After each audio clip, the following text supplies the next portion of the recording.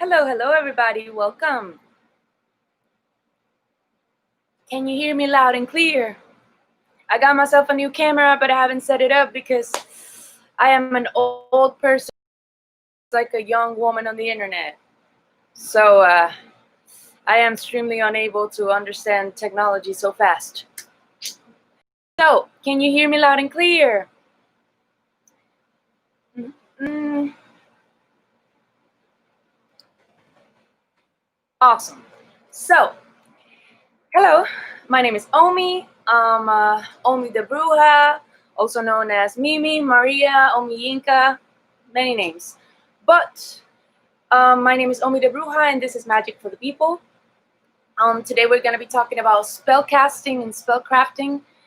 This is one of my favorite subjects to speak about because I get to talk a little bit more about outdated definitions of magic and outdated definitions of types of magic that we can work with.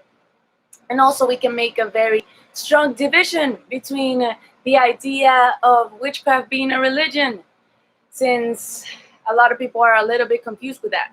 So having said that, we're gonna get started today pretty clear, pretty down to the point, mostly because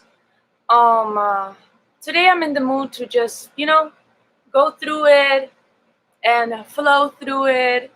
And I have a structure, yes, but I'm going to flow through it as we can and as we are being directed.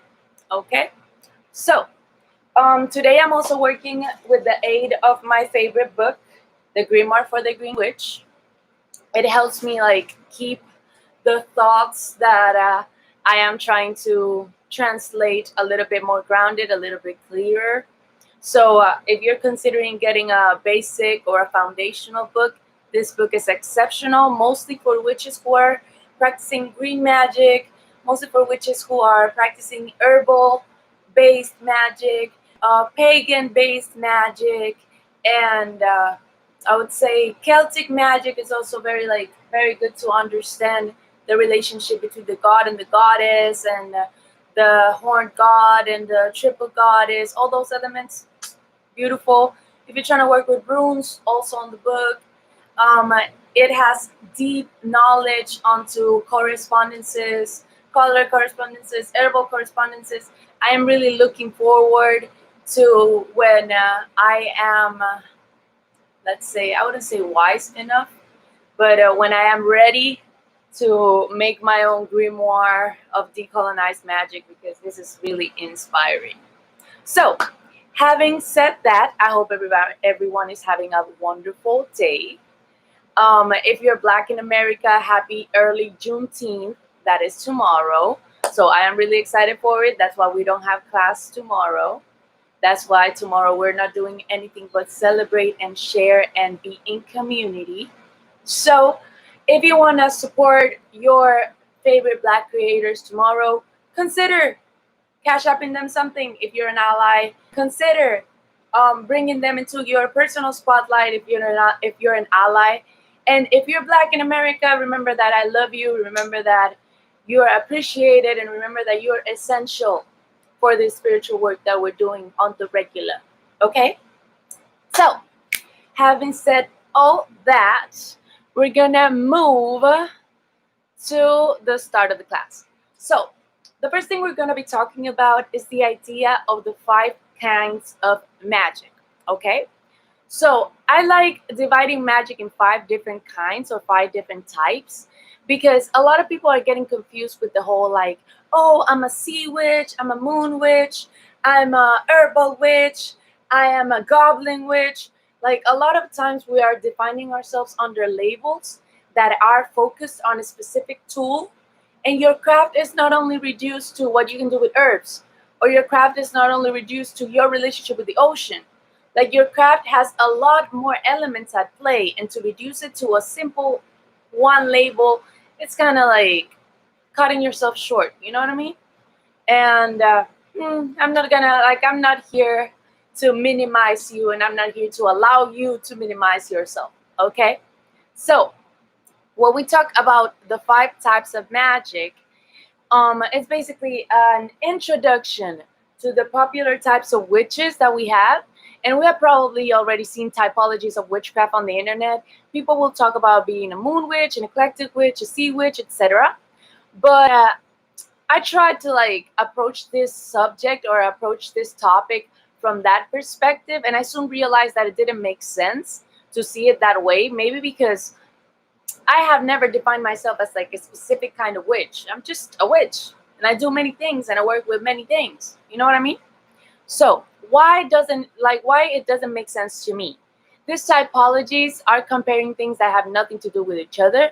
Like people are trying to put Wiccan traditions, neo-pagan religion, folk magic, Afro-American religion, pop culture archetypes under one roof.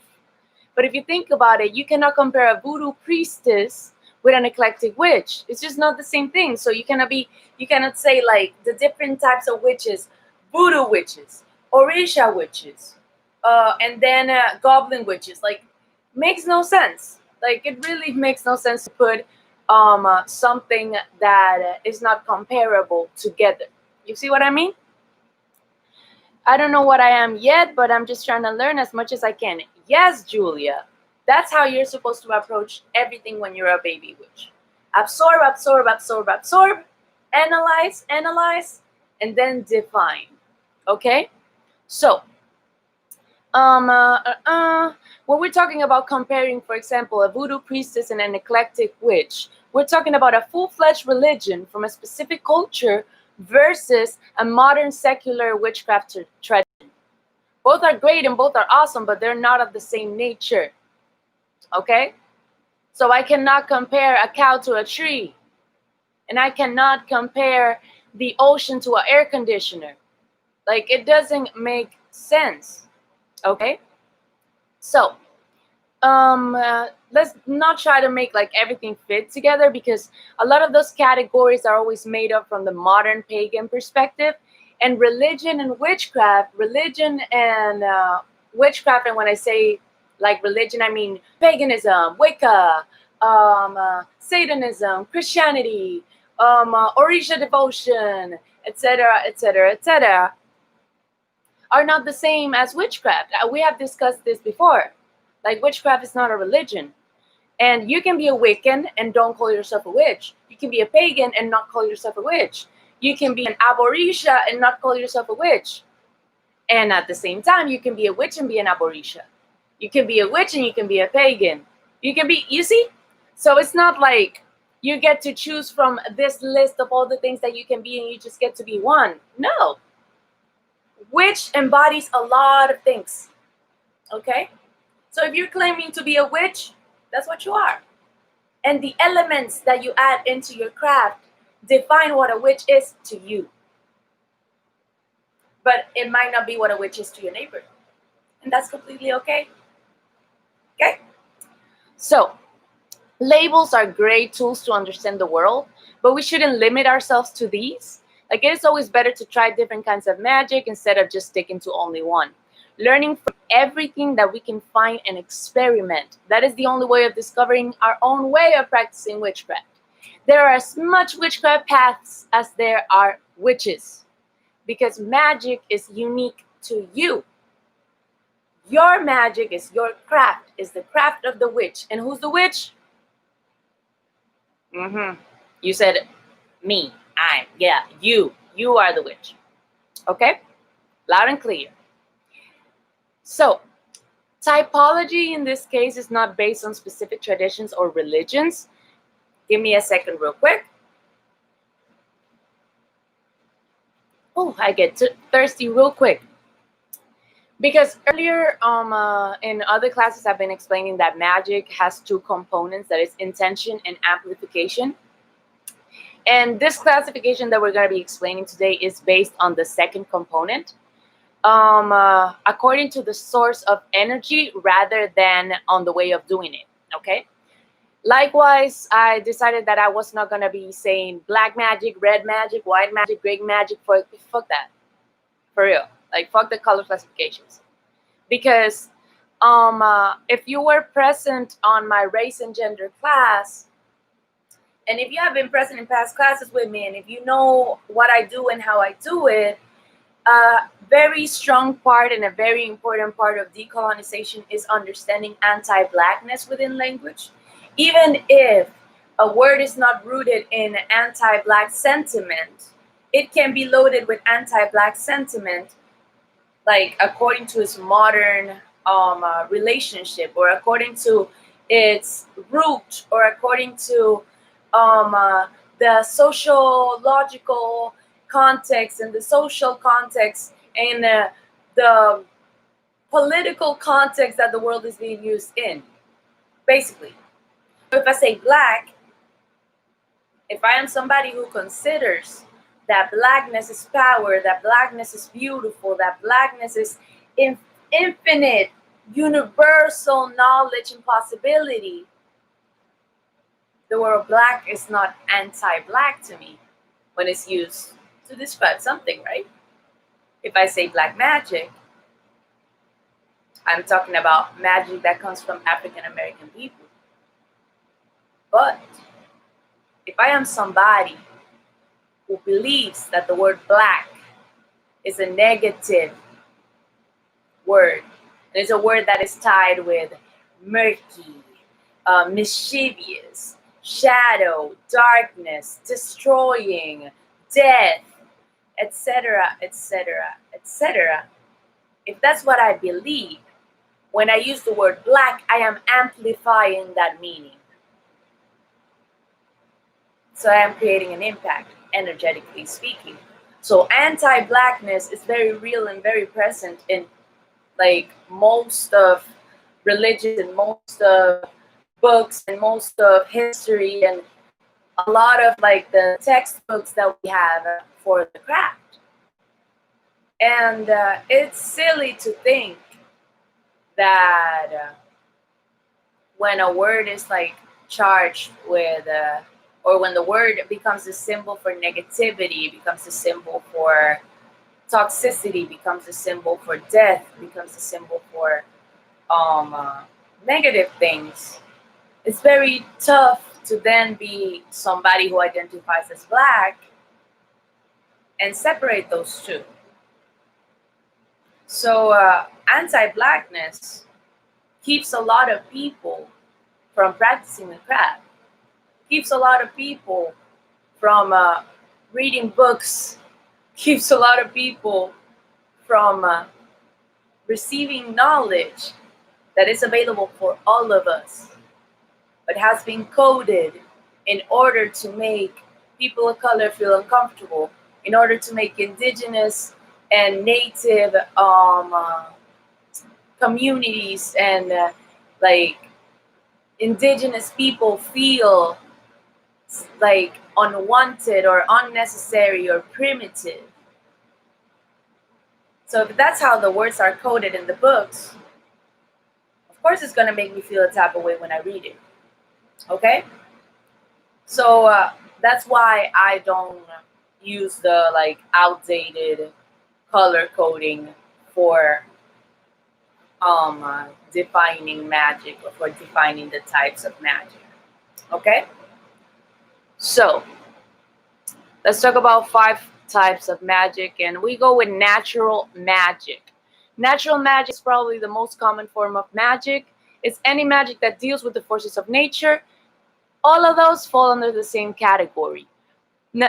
Natural magic, incorporates all 4 elements: the earth, air, water, and fire, but also sea, weather, crystals, and much more.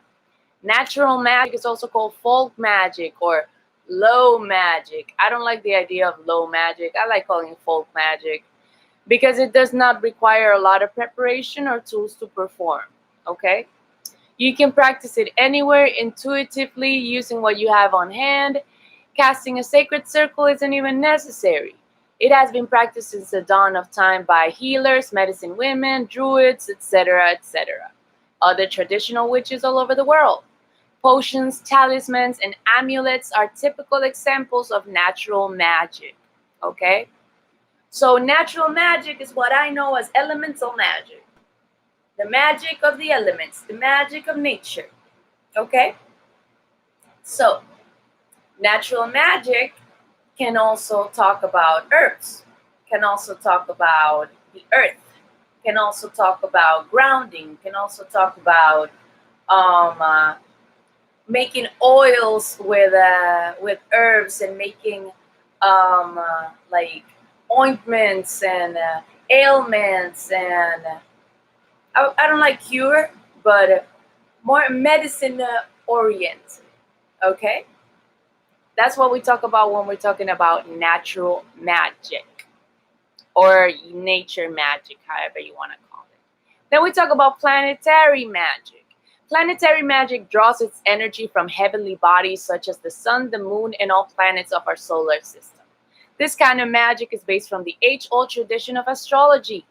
Lunar and solar magic also falls under this category.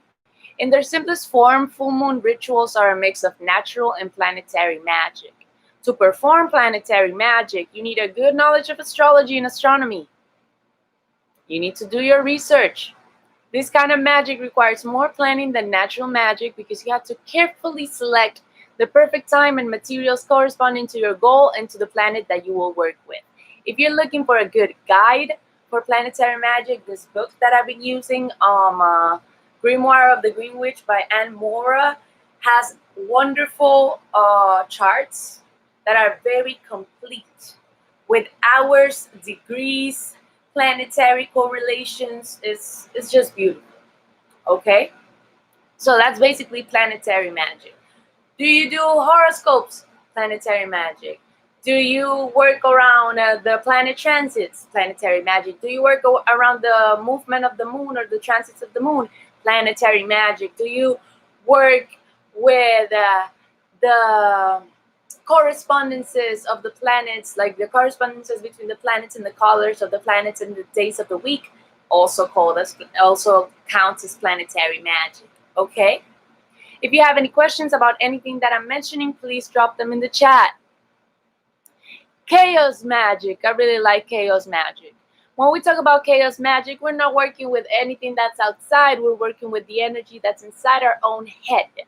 To charge spells, chaos magic practitioners need to be in a gnosis, or altered state of consciousness. This state can be attained in various ways, such as meditation, dance, intense physical effort, and even sexual intercourse. So sex magic, chaos magic. Hyper-focusing, chaos magic. Meditation to attain an outcome, chaos magic. Anything that requires you putting yourself in a specific mental state, chaos magic. Okay? It's only when you have reached this specific mental state that you can charge your spell with your own energy. It's as if you were programming the universe and your own subconscious at the same time. For this reason, it doesn't require a lot of preparation or a lot of theoretical knowledge. If you know how to attain gnosis, you can practice it anywhere using what you got in hand. You don't need to cast a sacred circle. Of course, the most popular form of chaos magic is something that we already know, we are very familiar with, sigils. However, there are many other ways to practice chaos magic, such as linking sigils, the connection between a sigil and an activator or a generator of energy. Since we do not have rules in chaos magic, you can be creative and feel free to experiment.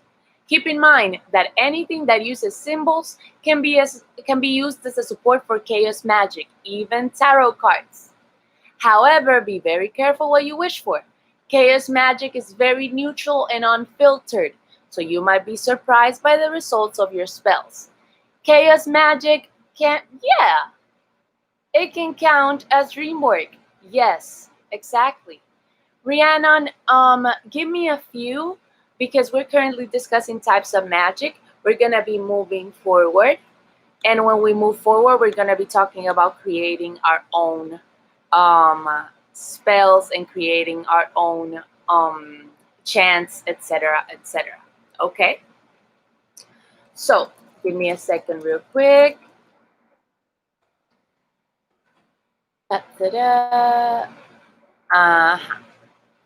Give me a second because I'm trying to fix this over here. Oh, where is that? Uh-huh. There we go. So, uh-huh.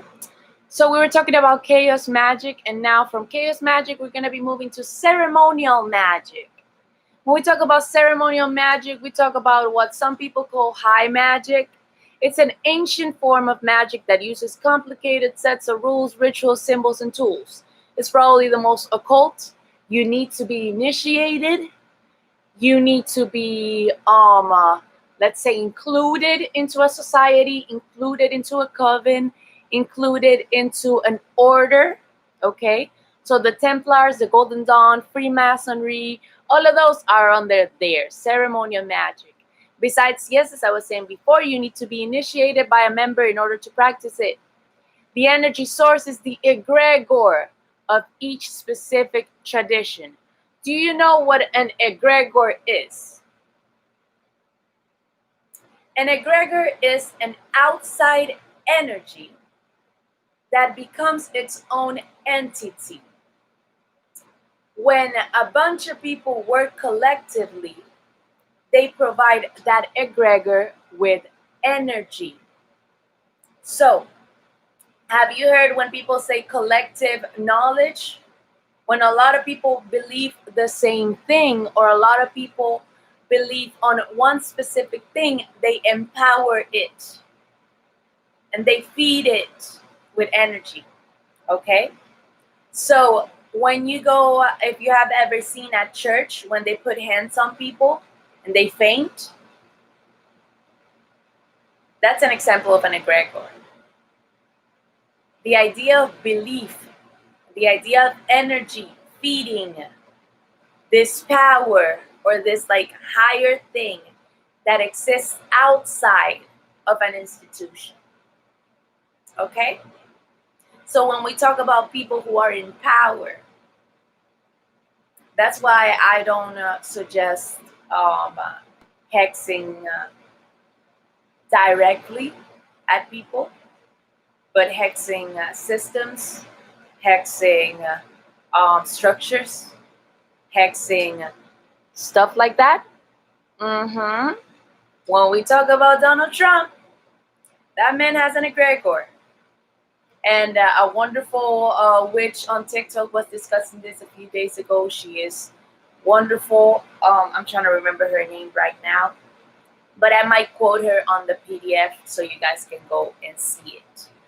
But an egregor feeds from energy, okay? And an egregor is constantly being fed. So when I throw a hex towards somebody who has an egregor, my hex becomes energy and is eaten up. It's eaten up by that egregor. It doesn't touch the person. It's food. Okay? So usually ceremonial magic is powered by an egregor. Ceremonial magic is powered by the collective energy shifting and moving in ritual to feed this egregor that is the source of power. Okay? So, a lot of these traditions are highly philosophical. Their spells and rituals need a lot of prior knowledge and planning. I am not a member of any like initiatic order of that kind. I am an Aborisha and that requires initiation, but that's not it. So what I know is basically what is available in the books. When it comes to ceremonial magic, I cannot give you much. Because in order to give you anything with ceremonial magic, I would have to be initiated. And I would have to like initiate you into something. And that makes no sense to me. Like, I don't subscribe to the idea of ceremonial magic. I don't subscribe to the idea of initiating orders, mostly because there's a lot of sexism, there's a lot of abuse that's hidden under that cover of loyalty, honor, and respect. So that's kind of not where I'm gonna sit, and not what I'm interested in getting into. And yeah, Hitcha one. Yes, Hitcha one. Exactly. She's wonderful. Thank you, Desi Newell. Would voodoo be considered ceremonial? No, because voodoo is a religion. Voodoo is a closed practice. I wouldn't consider voodoo ceremonial, Desi. Like, we're talking about like witchcraft, and we're talking about magic, and it's like a different kind of thing. Like, it's close practice, yes, but I wouldn't consider it ceremonial under this statement, or under this idea of egregores, and under this idea of like let's say Eurocentric ceremonial magic. Okay, because the definition of ceremonial magic is mainly related to Eurocentrism, and it's mainly related to practices of Europe, or practices that have their roots in European like tradition, and in a Wicca, and in you know. That's fair. Would it be considered high magic? Yes. High magic, yes. High magic, because you require a set of like structure, and a set of processes, and you require a set of knowledge in order to participate in it, yes. But I wouldn't call it ceremonial magic, since ceremonial magic is very tied to this whole conversation around Aleister Crowley, Gardner, and all that people, and the Golden Dawn, and the Freemasonry, and all of that. So it can get confused, and it can get like twisted. So that's why when we talk about African traditional religion, we say close practices. Close practices, and that's it. Okay? Because in ceremonial magic, if you have an interest, and if you approach, you can get like, if they accept you, that they accept you. But it's a human thing. You see what I mean? Their egregore is not what's providing them the yes or no to get you in. Their egregore is not a deity. Their egregore is just a source and a feeder of energy, or a ball of energy. Okay? Ta-da-da. So, coming from high magic, we're talking about the last but not least, summoning magic. And summoning magic, that's where we are like more or where we would like be aiming when we talk about voodoo, and when we talk about Orisha practices. Summoning magic draws its energy from entities of other planes of consciousness, such as gods, goddesses, ancestors, fairies, spirit animals, demons, and angels, etc. This category incorporates rituals and spells requiring the summoning of an entity. When I call down on my ancestors to do any work, it's summoning magic. It doesn't mean that I'm summoning my ancestors to sit here with me. No. I'm just calling on their strength. So I'm summoning their strength. Okay? The practitioner does not act on his own. Instead, the rituals are performed in the name of the entity that has been summoned. The same way, when a priestess of Oshun does something or does work, she's working for Oshun. Or Oshun is working through her. You see what I mean? It's the idea of becoming a tool for the Orisha, or becoming a pathway for the Orisha to get the work done. Okay? So I would connect the idea of like African traditional religion more to summoning magic. For some people, they say you don't need to be religious to work with it, because there are certain parts of summoning magic that don't require religion.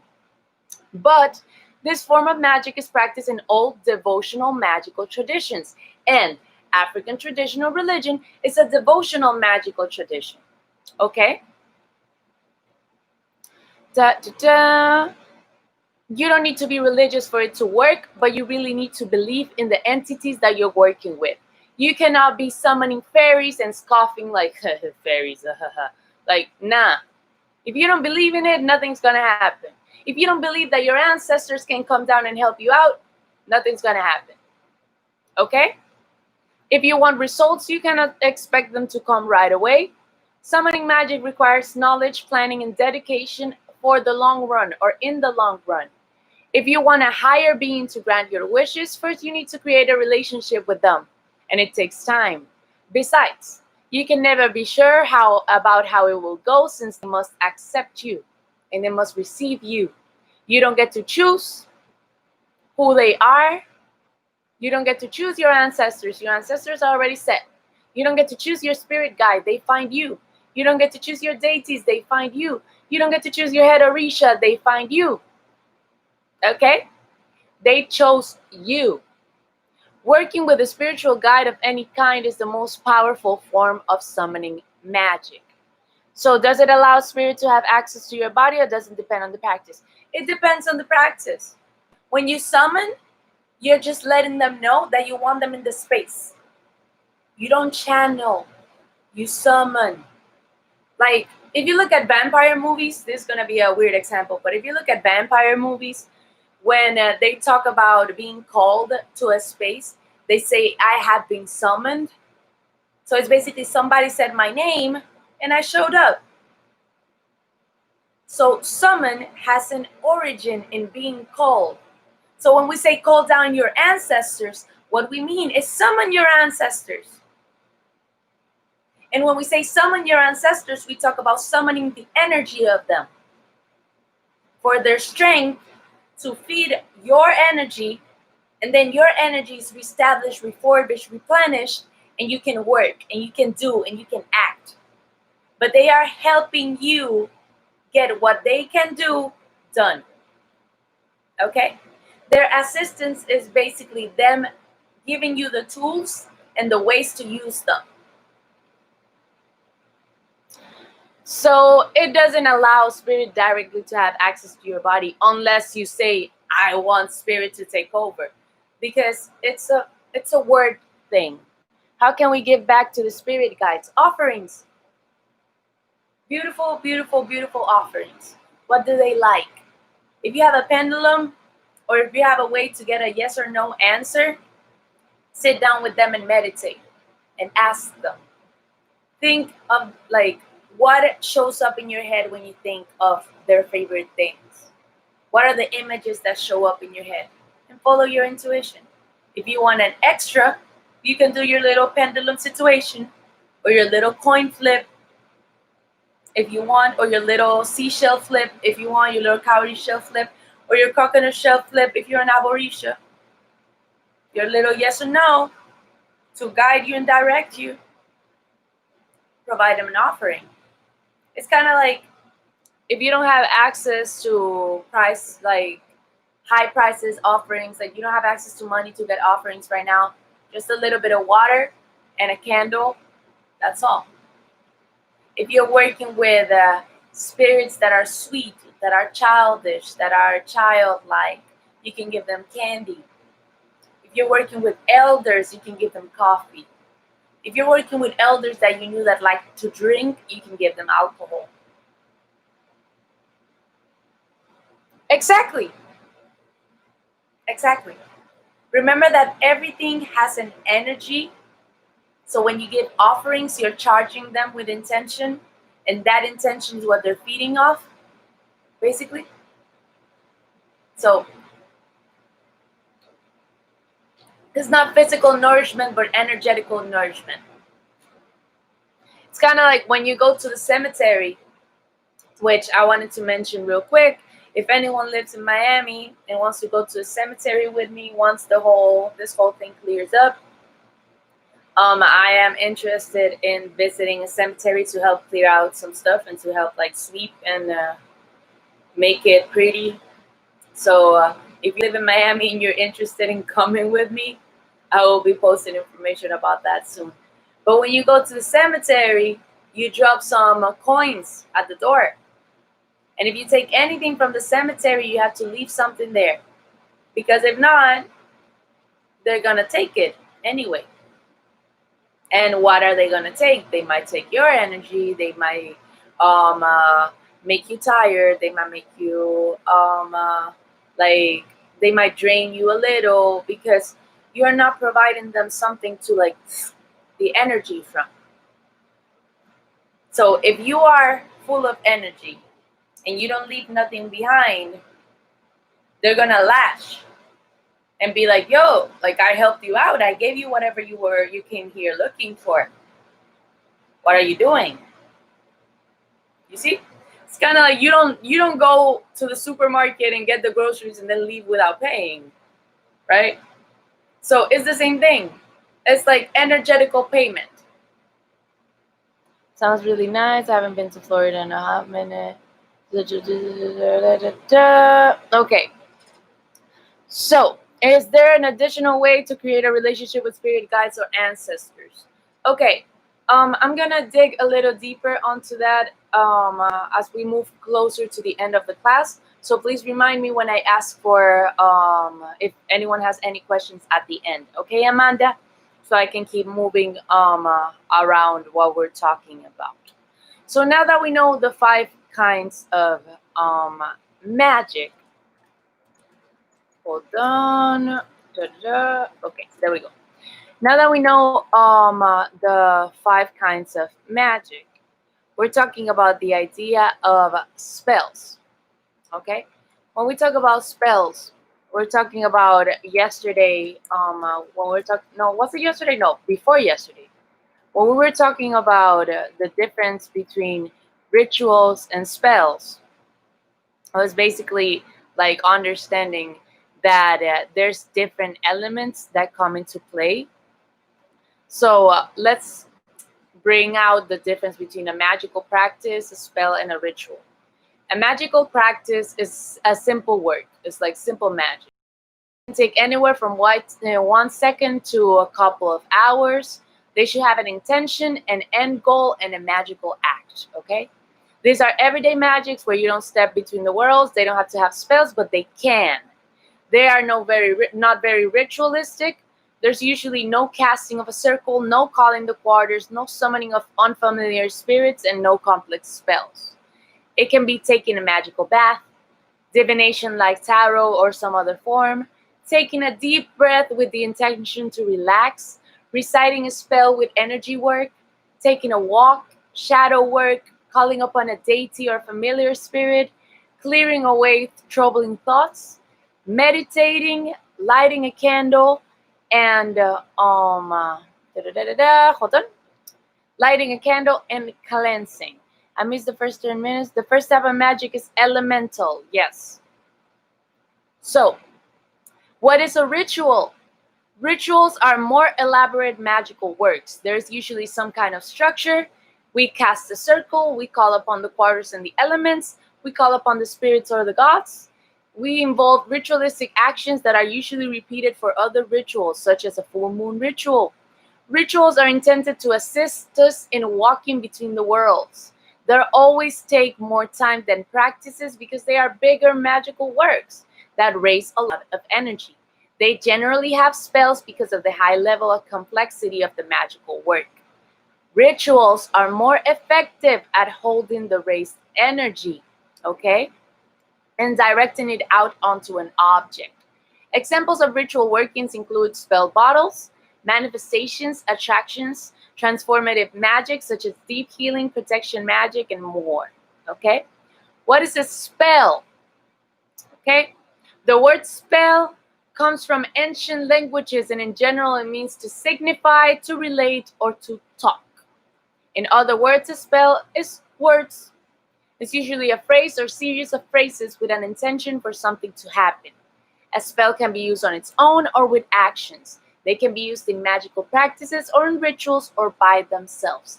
They don't have to rhyme. They don't. Whoever told you spells have to be rhyme? No. Rhymes are easier to get in the chanting mood when you're repeating, but they don't have to rhyme, okay? You can write them yourself, and I would recommend that way more than using somebody else's words. There is such a thing as a silent spell with the words spoken in the mind or written down. However, the power of the spoken word is so much stronger than thoughts alone. So I recommend speaking your spells, okay? Even if you have to whisper them. Conclusion. The conclusion of all of this: everyone's magic looks a little different. Some people don't call upon spirits, some people don't call upon gods, and others like to cast a circle even in the simplest magical practice. It's all up to you, as I was saying before. If you want to call your magical practice a spell, it's okay. Just add a few words to it. For example, may these tarot cards be empowered to tell me the honest answers for my questions. That's a spell. And that's what I call voicing intention, or clear intent, or affirming intention. Okay?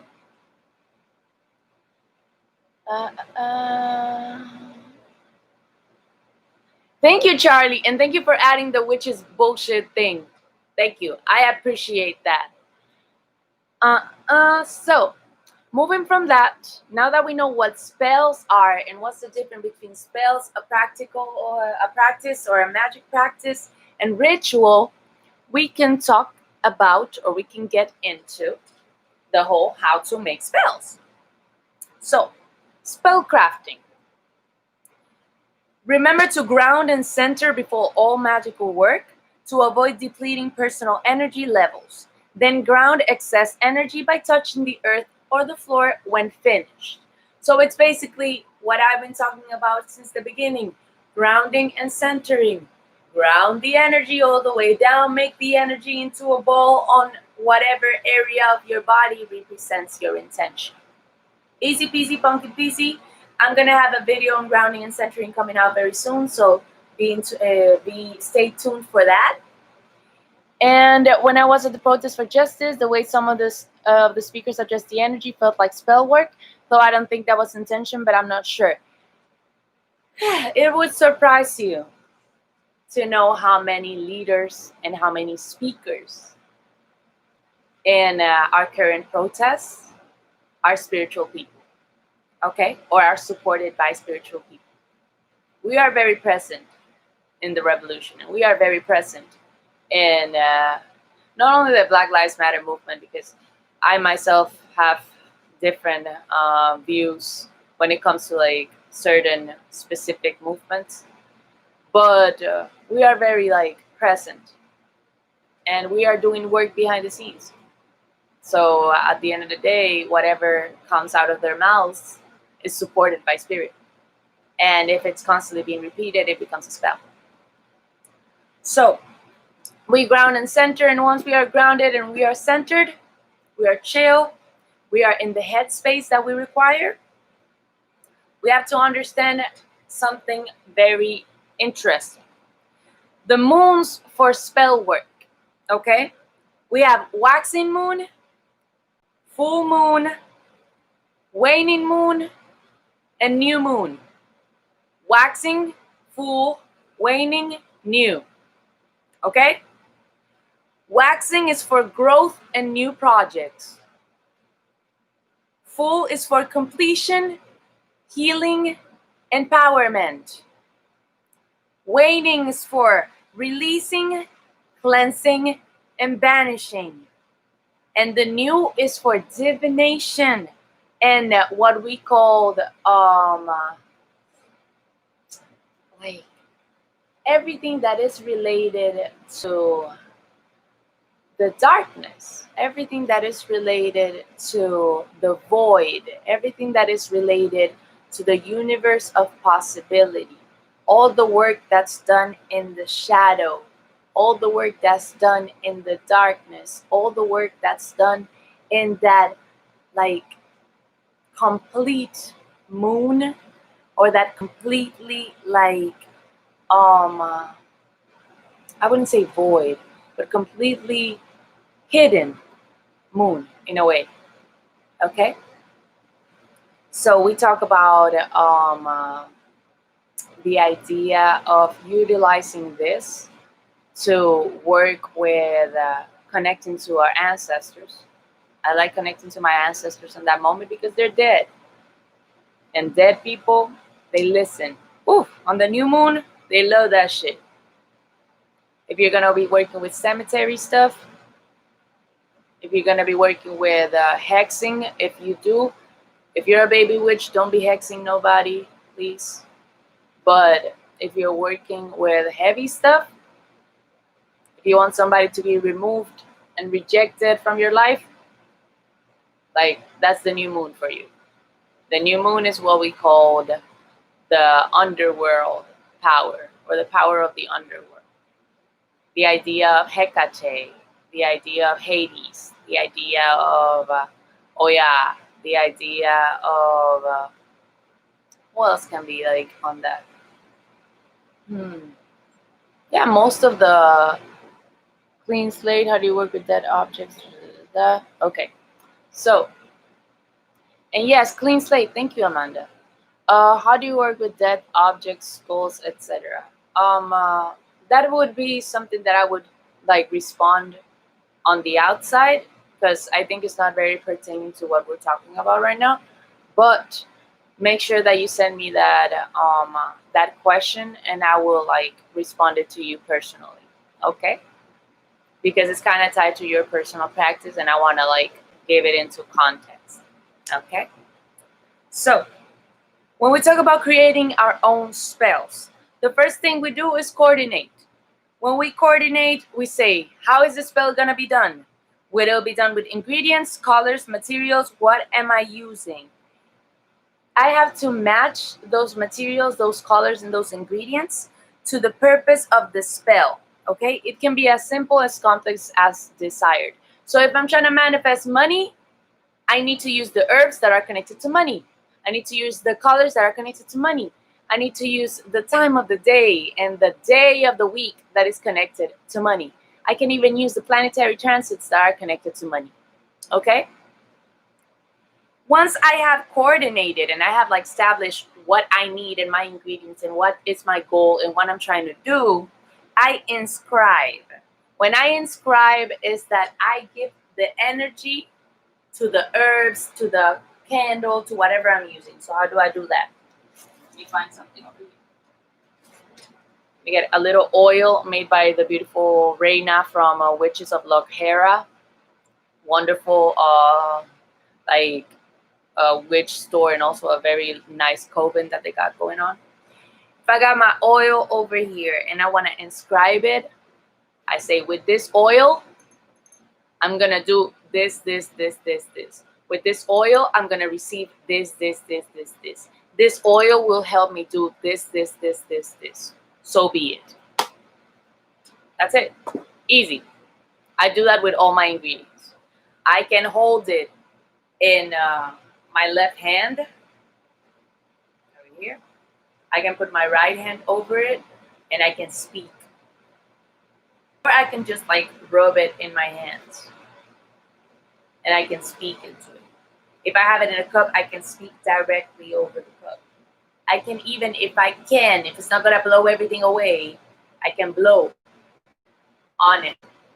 This blowing, while I think of my intention, or while a chant is playing in the background, or while I'm meditating on my intention, this blowing is seeping this energy from here and bringing it out in the form of the breath of life, in a way.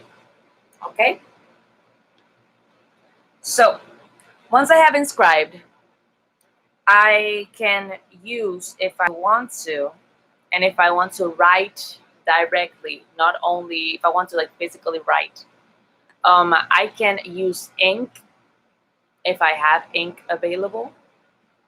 I can use powders if I have powders available. If I'm gonna use ink, for example, I can mix like the ink or the, how can I say, the paint. If I'm gonna use paint, I can use paint. I can mix whatever I'm gonna use to inscribe it with dragon's blood, dove's blood, bat's blood, etc., etc., etc. Like all these things are powders, or little like powdered incenses or powdered like tools that we can add onto what we're going to inscribe with. Our magical is, yes, I would say it's egregores, yes. I would say that can be considered an egregore. Da-da-da.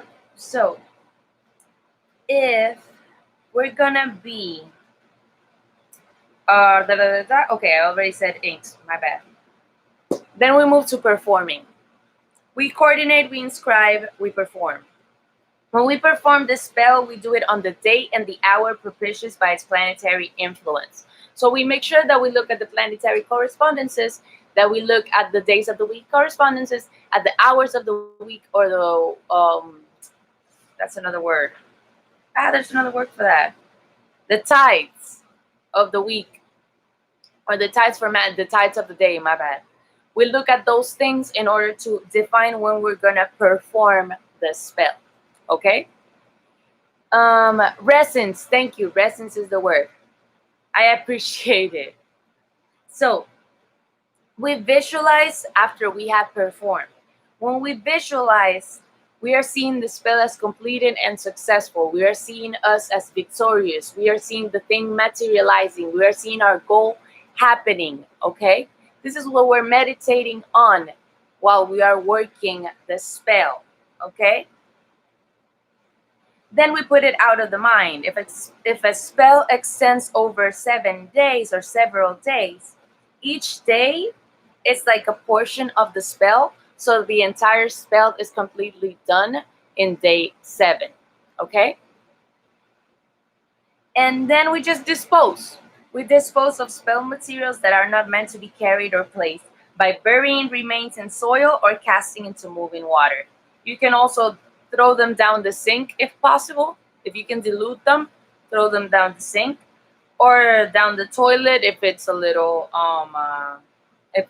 like too big for the sink and it's not bulky, so it doesn't clog anything. Okay, so basically the steps are as following. I'm gonna like write them down here so you can see them and have a little bit more clarity of what I'm talking about.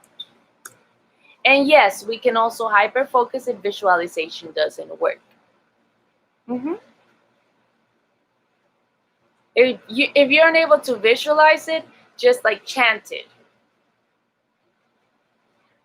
For example, if it's a spell for happiness, a spell for peace of mind, I have peace of mind, I am peaceful. I have peace of mind, I am peaceful. I have peace of mind, I am peaceful.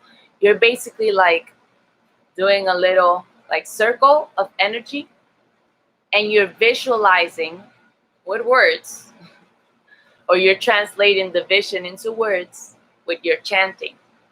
Okay? Can I respectfully throw them away in the garbage? Not in the garbage that stays in your house. If you're getting rid of them, that like the day that the garbage truck comes, throw them in like a garbage can away from your house. Like not your own. Okay? What else? What else? That's our creating a spell, or our process to create a spell.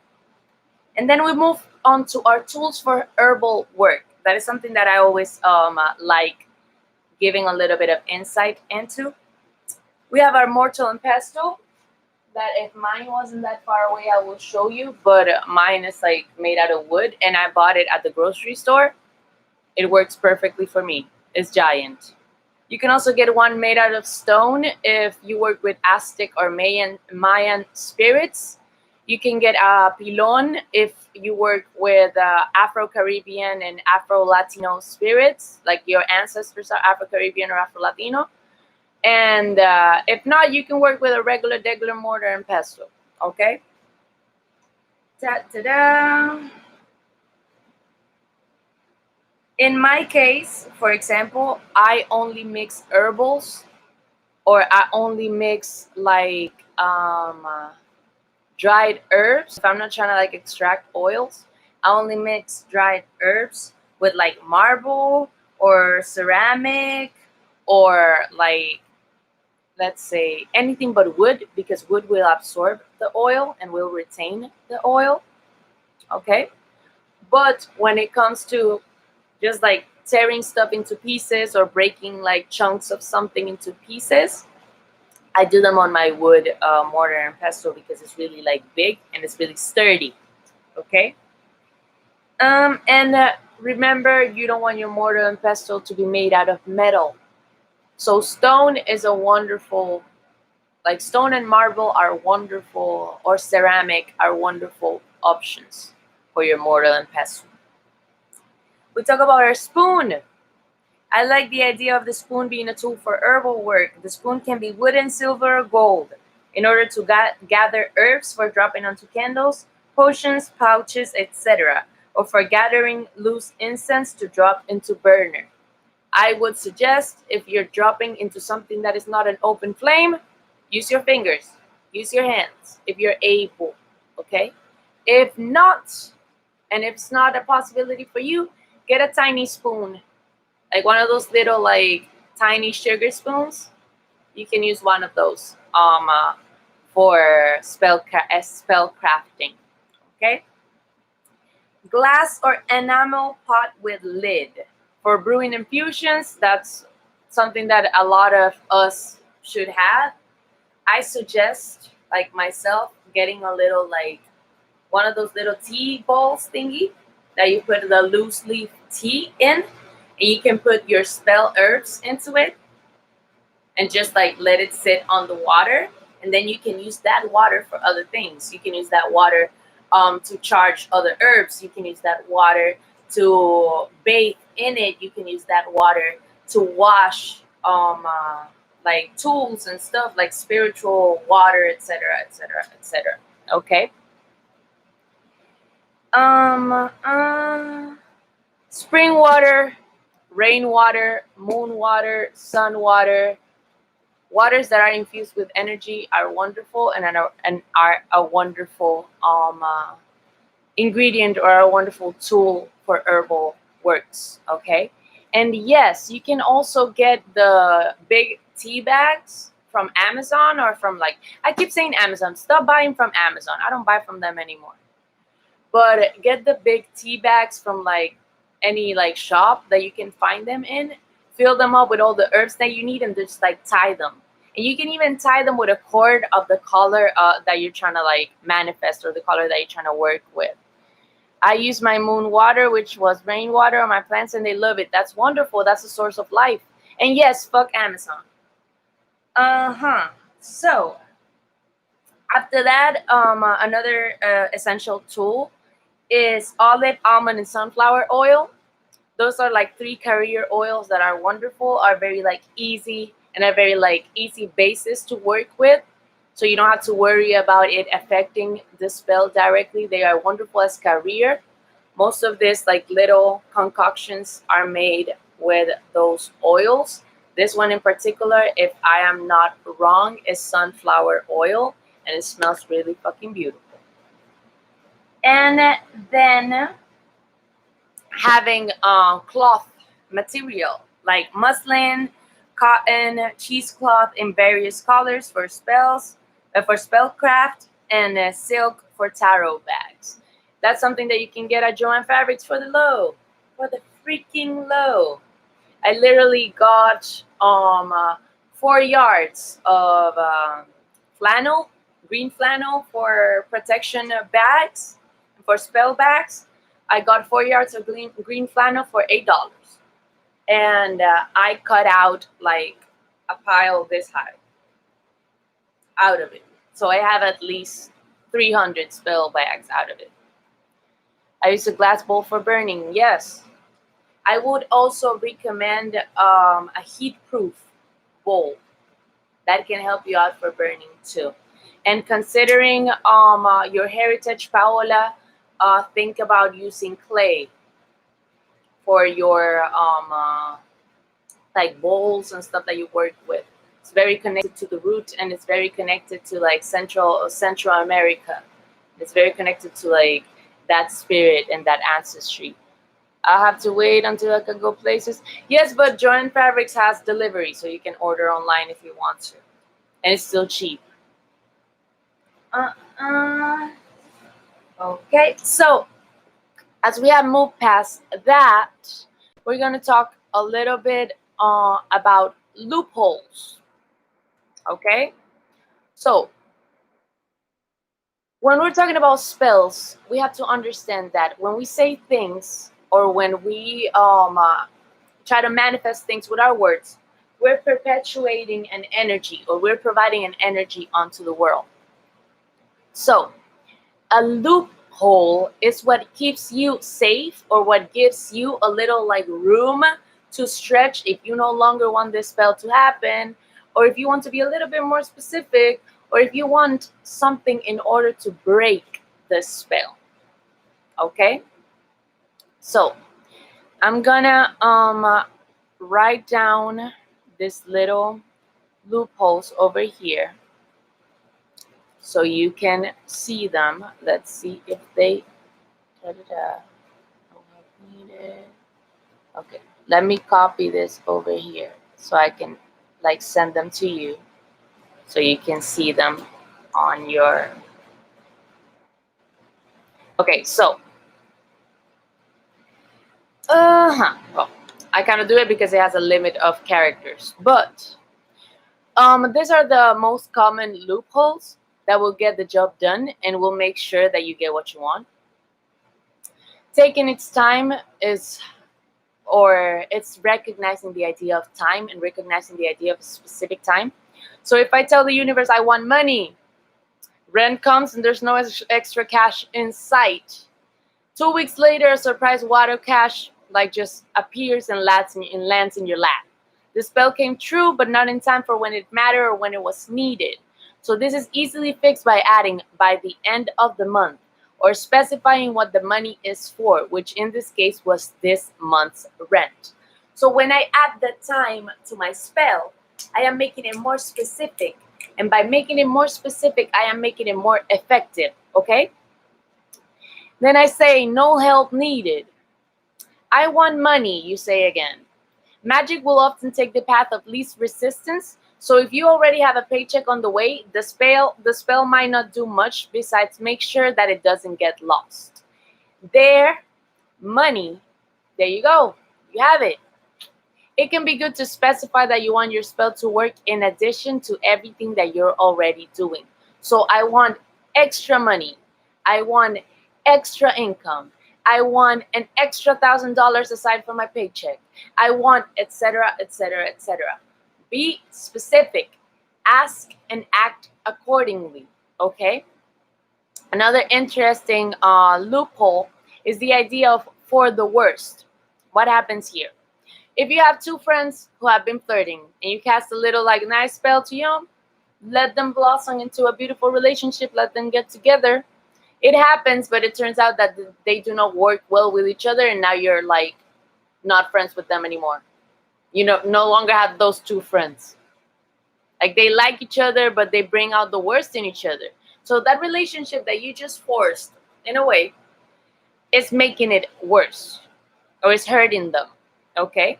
So you had the absolute best of intentions, but there was no way of knowing that that was going to happen. So a lot of witches and a lot of practitioners like myself include the phrase for the highest good when we're doing something. So if I say, oh, I want this and this to happen for the highest good, I am limiting that, or I am creating like a time frame for that to happen so I can avoid the idea of like it going awry or it being messed up. Because if it's not for the highest good and if it's not for the benefit of people and it's not going to help, it's basically void and it basically cancels itself. Okay, I can also say if I'm casting a spell to maintain myself in a relationship or to keep my relationship, I cannot say I want my relationship to last forever. Because what if 3 years from now I'm not longer happy or the other person is no longer happy with me? You see what I mean? So in order to avoid the possibility of that uncertainty that we are not aware of, I just say, I want this as long as it makes me grow, makes me happy, it makes me feel safe, it makes me, etc., etc., etc. If it's for my highest good, provide it to me. If not, give me something that improves me, helps me, nurtures me, and helps me grow. That's it. Okay? Be very specific about your intent and be very specific about what you want and what you desire, because if you don't, you're giving a lot of room for the universe to just be very literal about what you're saying. Okay? And if the universe is very like literal about what you're saying and they sadly don't understand context, they're just going to give you what you asked for. And you have to be careful with that. Okay? So, so another layer is basically the idea of adding like disclaimers onto your spell. So I want this to happen under this circumstances. I want this to happen under this dynamic. I want this to happen under this specific set of like limitations. Okay? Set your boundaries within your spells, because if not, they're just going to run wild and they're just going to run free. And you don't want that, because that's a lot of energy just like shifting and cycling through. So moving from that. Okay. So, let me look over here. So moving from that, we can talk about documenting our work. What happens with documenting our work? We require documentation of the work or documentation of spell work in order to understand when something works and when something doesn't. In order to understand why something works and why something doesn't. In order to explore and experiment, trial and error. Okay? So I would suggest that if you're just getting started, you get your own little notebook just for this. So your quick spell chart has to have your goal, the moon that you're doing it under, the color that corresponds to your spell, the element that corresponds to your spell, the day that corresponds to your spell, the planet that corresponds to your spell, the number that corresponds to your spell, the herbs used, any incense that you might use, and any stones that you might use. So you say protection spell, and you say the moon that works for the protection spell is this one. The herbs that work for the protection spell are this one. The etc., etc., etc. So you have like little charts that can help you go faster and that can help you find solutions faster. I want to feel safe in a new home. I need a protection spell. So I go directly to my chart for protection. All of this information, you're going to find it on the PDF.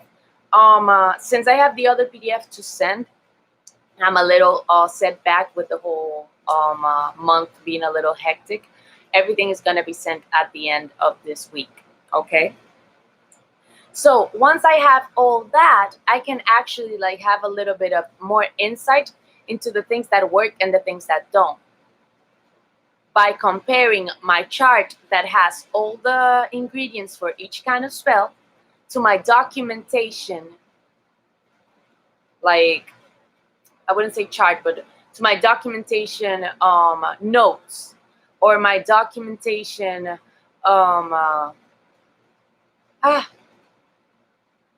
chapter, I guess. I wouldn't say chapter, but to my notes of my practice and my resources from my research and my resources from my personal experience. Okay? So one is for just information and recopilation of information, and the other one is to like document my attempts at using these ingredients that I have listed as protection work, or using this specific moon that I have listed as protective. Okay? So it's basically understanding that once you have those two comparisons, and once you can compare the correspondences versus what you did, you can notice where you messed up. in case it didn't happen. Or you can notice where you actually did something good and continue doing that. Okay? Of course, there's actually recommended book list for each type of magic that we discussed before, and one for spell casting. So we're gonna have that on there. And I have a recommended book list that I have to post. Thank you for reminding me of that. So apart from that, you're gonna be receiving a template that has a log for your spell crafting and your spell casting. So, having said all this, my conclusion from this whole class is basically understanding that spell crafting is a matter of intention and actual execution. So, if your intention is clear and your intention is wonderful, but your execution is not proper, or your execution is not planned out and structured, it's not going to come out the way you expect it to come out. So, documenting our spells and documenting the spiritual work that we do helps us understand what goes wrong and helps us prepare if there's a consequence that we have to deal with. Okay? So, spell casting, spell crafting, and spell work in general is not like, I wouldn't say it's basic witchcraft, but it's foundational witchcraft. If you're just getting started, think of easy things that you can do.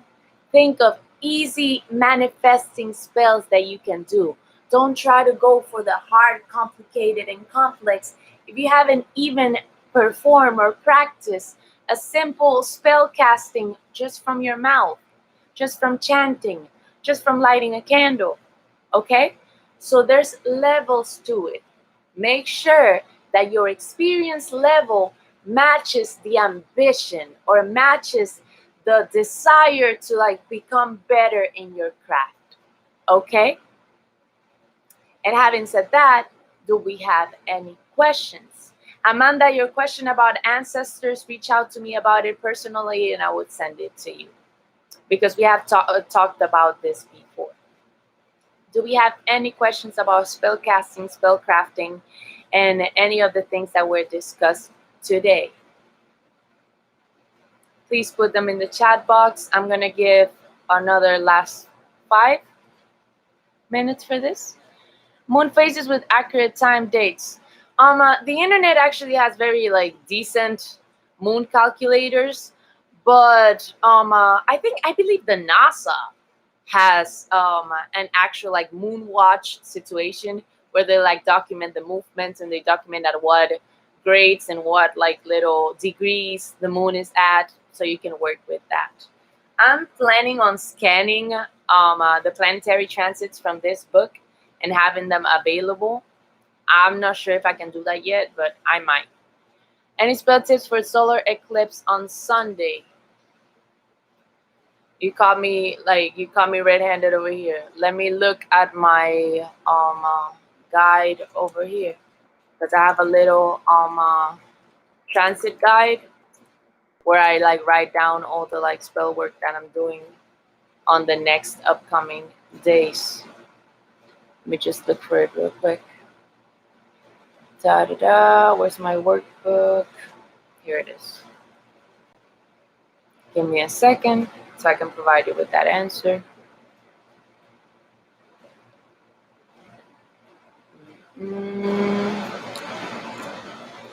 Okay, so usually I myself do not do ritual on Sundays aside from elevation with my ancestors. When it comes to solar eclipses, given the fact that the sun represents vitality, I would suggest that you don't perform a spell per se, because the idea of your energy being covered by the eclipse, or the idea of your energy being like let's say disrupted by the eclipse, is going to affect the effectiveness of what you can do when it comes to work. For a second I thought you meant lunar eclipse, and I always work on the lunar eclipses because I don't really care. But solar eclipses are a little bit different, like in my personal practice and in my personal craft. So I wouldn't recommend it, mostly because right now we require vitality, we require energy. So if you're able to like treat yourself and do something more related to like journaling, do something more related to meditating than actual energy work and ritual work, that will be wonderful. Moon phases on IG is a wonderful source too. A quick list of the types of magic. You're gonna receive a PDF, Rhiannon, with oh, thank you, Charlie. It's natural, planetary, chaos, ceremonial, and summoning. High magic is also known as ceremonial. But you're gonna receive a PDF with all this information, so don't worry about it. Da, da, da, da, da, da. Okay. So, having said that, thank you very much. I really appreciated doing this today. I'm sorry that my energy is a little like, but it's been quite a week for spiritual workers. And yeah, I am really happy that we got to do this today. I'm really happy that we got to talk about spellcasting and spellcrafting, since it's very important. Make sure that you're in tune for the protective magic class that we're having on the 20th, because that class is going to be extremely necessary, extremely required, extremely needed. Also, for the Zoom call that is related to that class, if you are not Black, Indigenous, brown, person of color, don't feel a type of way. But the Zoom spell or the Zoom ritual is targeted towards Black practitioners and towards brown practitioners and towards Indigenous and people of color practitioners. So if you don't identify with any of that, and you want to participate of a ritual with me, make sure that you let me know in the future, and I will definitely like plan something for allies. But most of my ritual work is centered in aiding the community and working with the community for the community. Okay. So the class is for everybody, but the Zoom conversation is mostly for Black, Indigenous people of color, because we usually get very deep into personal things, and we talk a lot of support, and we talk a lot of like venting, and we do a lot of like decompressing. So I try to keep it as safe and as melanated as possible, so it's for us and by us. Okay, just so you know.